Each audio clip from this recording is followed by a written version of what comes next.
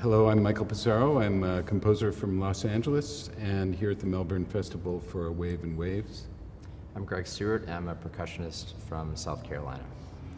So we're going to do two videos for the Sounds Unheard workshop. In the first one, we're going to focus on sort of performance methods of initially percussion, but we'll talk about other alternative performance methods as well. And the second, we're going to talk about composition. I'm going to begin a little talking about the very first instrument we're going to look at, which instrument is a single vibraphone bar with seeds falling on it. I'm sure it's been used before, but for me, when I began to use this instrument about 10 years ago, I was really interested in the fact that gravity can be used as a force in making music. There are a lot of reasons for that. One, of course, is that you'll get rhythms and sounds from the use of gravity that you wouldn't obtain any other way. It's a kind of random effect. And the other thing, which is actually more crucial, is initially for me, is that kind of simulated rainfall, which I know to be a very powerful sort of acoustic sound that nonetheless is hard to imitate in any other way than by the kind of physical mechanism that gets it going. So I wrote a piece called Rainfall that involved nothing but rice falling on objects to simulate rainfall. And Greg was the first person to perform and organize a performance of that piece. Do you want to say a little bit about sort of what we call gravity percussion? Sure. A lot of the things that Michael's already mentioned are things that really appeal to me with gravity percussion, the foremost of which is that it has a quality of sort of diffusing the sort of actions of percussion playing. So normally one is accustomed to either using the hand or holding some kind of implement in the hand like a stick or a mallet. But here it's as if those mallets or sticks or the hand has been sort of turned into a dust of particles.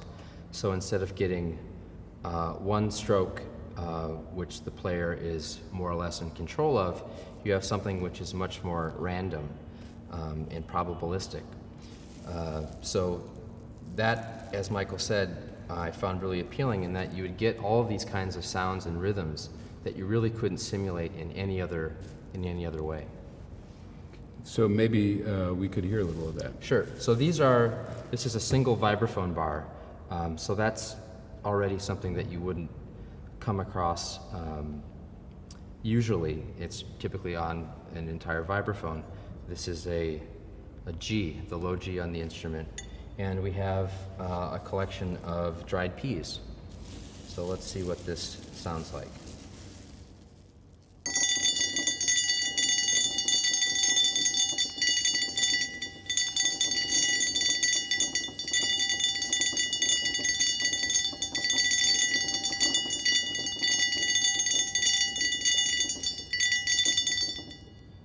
So there I'm playing at a particular rate or density.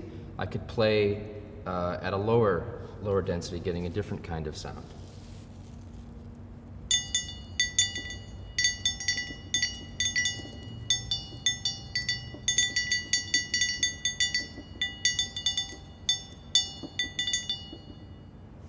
So I think you could say that it's a bit like using the physics of motion and of the instrument to produce sound.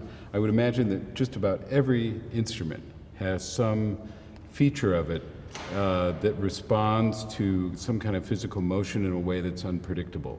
And that's clearly what we're looking for here. Right. So the piece we're doing for the festival, or we're involved in, is called A Wave and Waves, which I wrote about 10 years ago. And that's one of the instruments that's used. And we're going to demonstrate a few of the other ones used in the piece, just to sort of think about families of instruments in this sort of context. Clearly, this is not really a traditional instrument, although maybe it will be someday. But it's got its own kind of very defined sound world. And so we're just kind of interested in seeing how these things work and blend together. So if that's one kind of granular instrument, here we have another one which is very, very simple. Essentially just a metal bowl with Small pebbles. small pebbles, yeah, in this case fish tank rocks. And clearly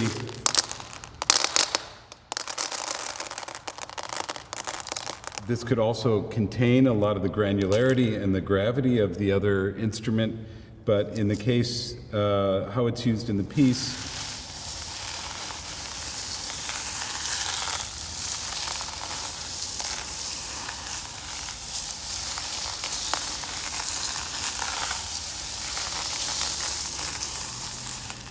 so you can hear there are in fact many individual grains in the sound, but the sound, rather than being created entirely by gravity, is friction. We would say it's being made by friction. And maybe we can just give a little sense of how these things operate together. Sure.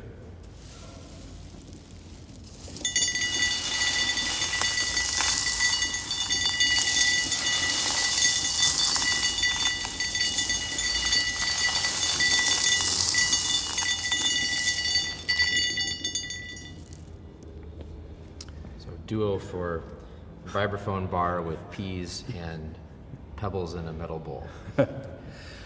Clearly, these are non-traditional instruments. And you might think, well, why play them? I mean, the easy answer for that, if you haven't tried it, is actually it's a lot of fun to play these kinds of instruments.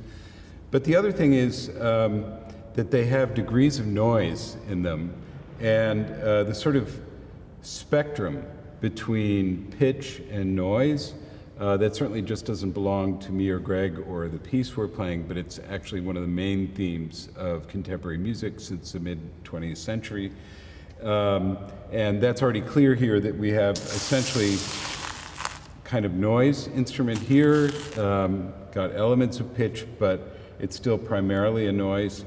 But the G here on the vibraphone bar clearly makes G when the seeds fall on top of it.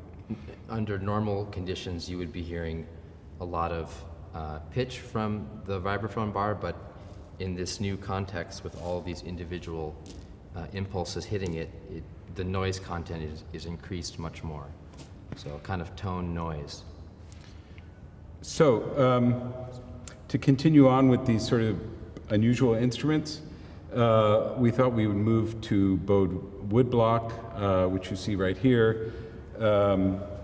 And I think I'll let Greg play it a bit first, and then we can talk a bit about the sound and how it gets used. Okay.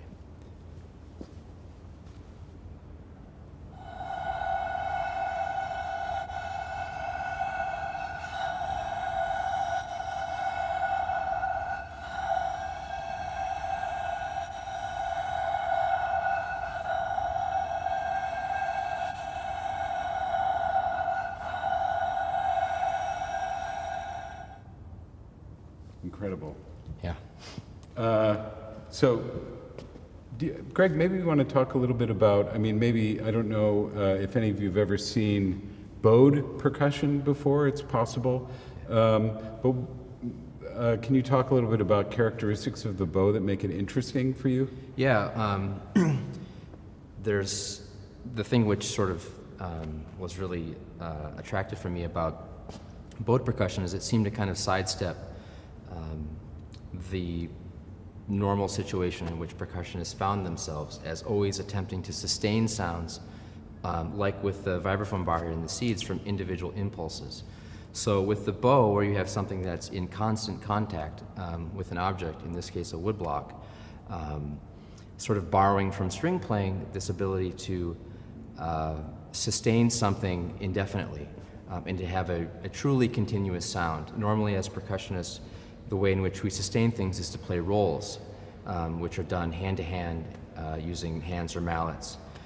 But with the bow, you had this sort of almost a kind of perpetual motion type sound, where the sound could be sustained smoothly for as long as you wanted. At the same time, it had the quality, for me at least, of diffusing the kind of standard percussive strike. So moving away from large kind of muscular playing to something which was much more kind of fine-grained and continuous. And in this case, noisy. You heard that it was a little band of noise, some subset of some larger collection of noise. I think it's kind of interesting, and maybe some of the non-percussion players would be interested to know why and how you got into using the bow as a percussionist. I can relate it to a very specific situation. I heard a performance by the American cellist Charles Curtis of an Elian Radig solo cello piece, which is a work of over an hour duration for cello. And I was at this concert in San Diego in the early 2000s and was just blown away by the performance and the music. And after the concert, I immediately went back to my collection of percussion instruments and started using the bow. Now, bows are not something which are completely unknown to percussionists, but they tend to be more sort of used for peripheral effects.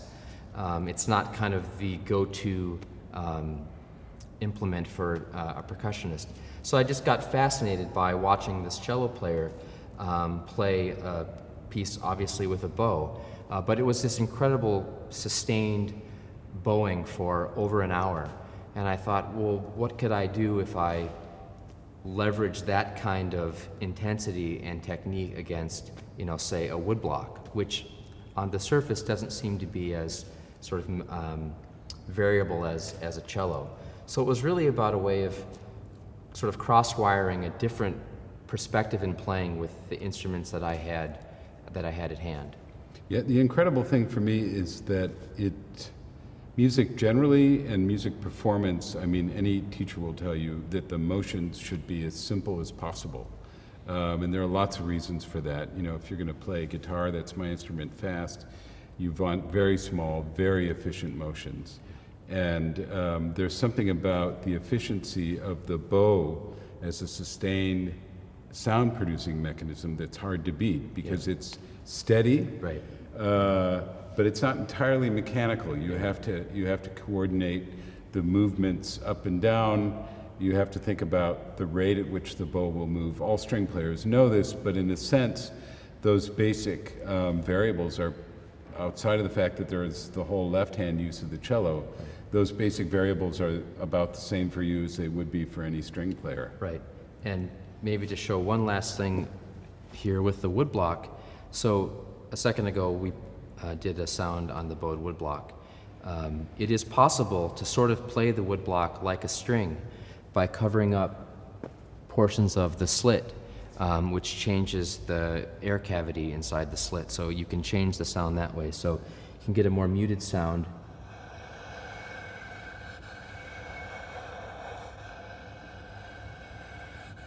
And then you can open up the slit.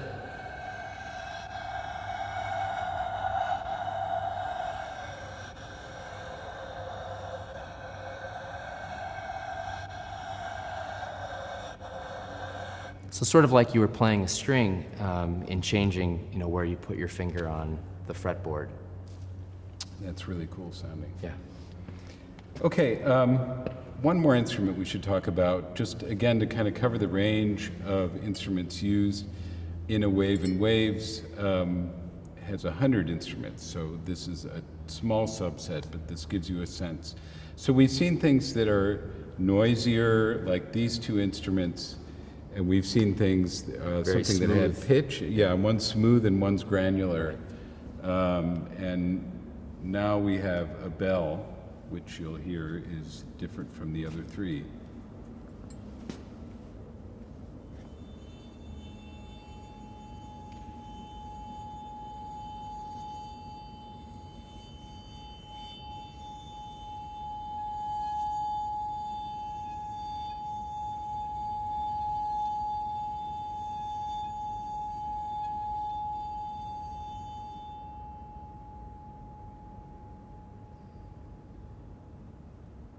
Interesting thing about that to me is that, of course, it's not the traditional use of a bell, which obviously has piece of metal on the inside, or wood sometimes, that hits the side and makes a percussive sound. Here it's sustained, but it actually retains, I'm aware very clearly, sitting here right next to it, all the sound of the bell. Right. Yeah, so the wooden knocker that was inside this bell, this is my bell, I took it out so then I could bow the bell. And through this sort of continuous input from the bell as opposed to the discrete input of the knocker, you can still hear the fully sustained sonority of the bell. Normally when the bell is struck, you get very sharp kind of burst of energy and then the bell trails off, and here it's like we're sort of inside that sustain, hearing the full spectrum of the bell kind of evolving in itself. Like slow motion sound of the Yeah, bell. like a slow motion strike of the bell. I mean, I know that we're talking to high school students, essentially, and I would encourage you all to sort of explore your instruments, because they're obviously made generally to produce one set of sounds, but everything we're doing here is discovered by looking at an alternative, not dangerous, not damaging way of finding sound on the instrument. Yeah, a very simple question you could pose would be, how could I find a bowed woodblock sound on my instrument? You know, how could I find a sound that was close to pebbles in a metal bowl or seeds falling on a vibraphone bar? And I bet you could start to kind of reconsider and rethink sound on whatever instrument you were playing in order to make new sounds. And we'll talk a bit about why you might want to do that when we talk about the composition side of this in the other video. But there's one more thing I think I'd be interested to hear your take on, Greg, and that's, so a lot of people who get involved in music performance rapidly get sort of, if they're serious about it, they get rapidly involved in questions of how good they are, how fast they can play, how many hours they have to practice, the whole question of who a virtuoso is, and demonstration. And you're obviously an incredibly experienced musician, but how do you feel about all that with regard to playing these kinds of instruments? At a certain point, it just became clear to me that those concerns, how good am I, how fast can I play, et cetera, were not really relevant for performances themselves. That is, that was something which was much more internal to the thoughts that one has as a performer.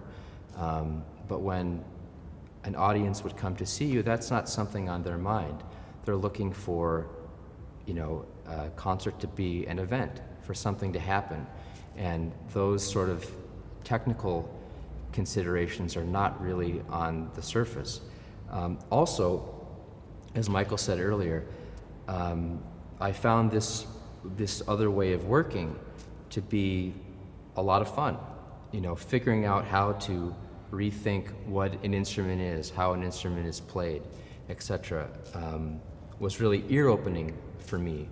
So it took a while, but at a certain point it became clear that those concerns were not something which really mattered all that much. They may matter, and they do matter, when you're really learning to play, and there may be, you know, a 5-year, 10-year plus period where that's really on the forefront of your mind. But at a certain point, it was clear that other things were much more important to me, and that included exploring material and also figuring out ways of playing that produced music that I really wanted to hear.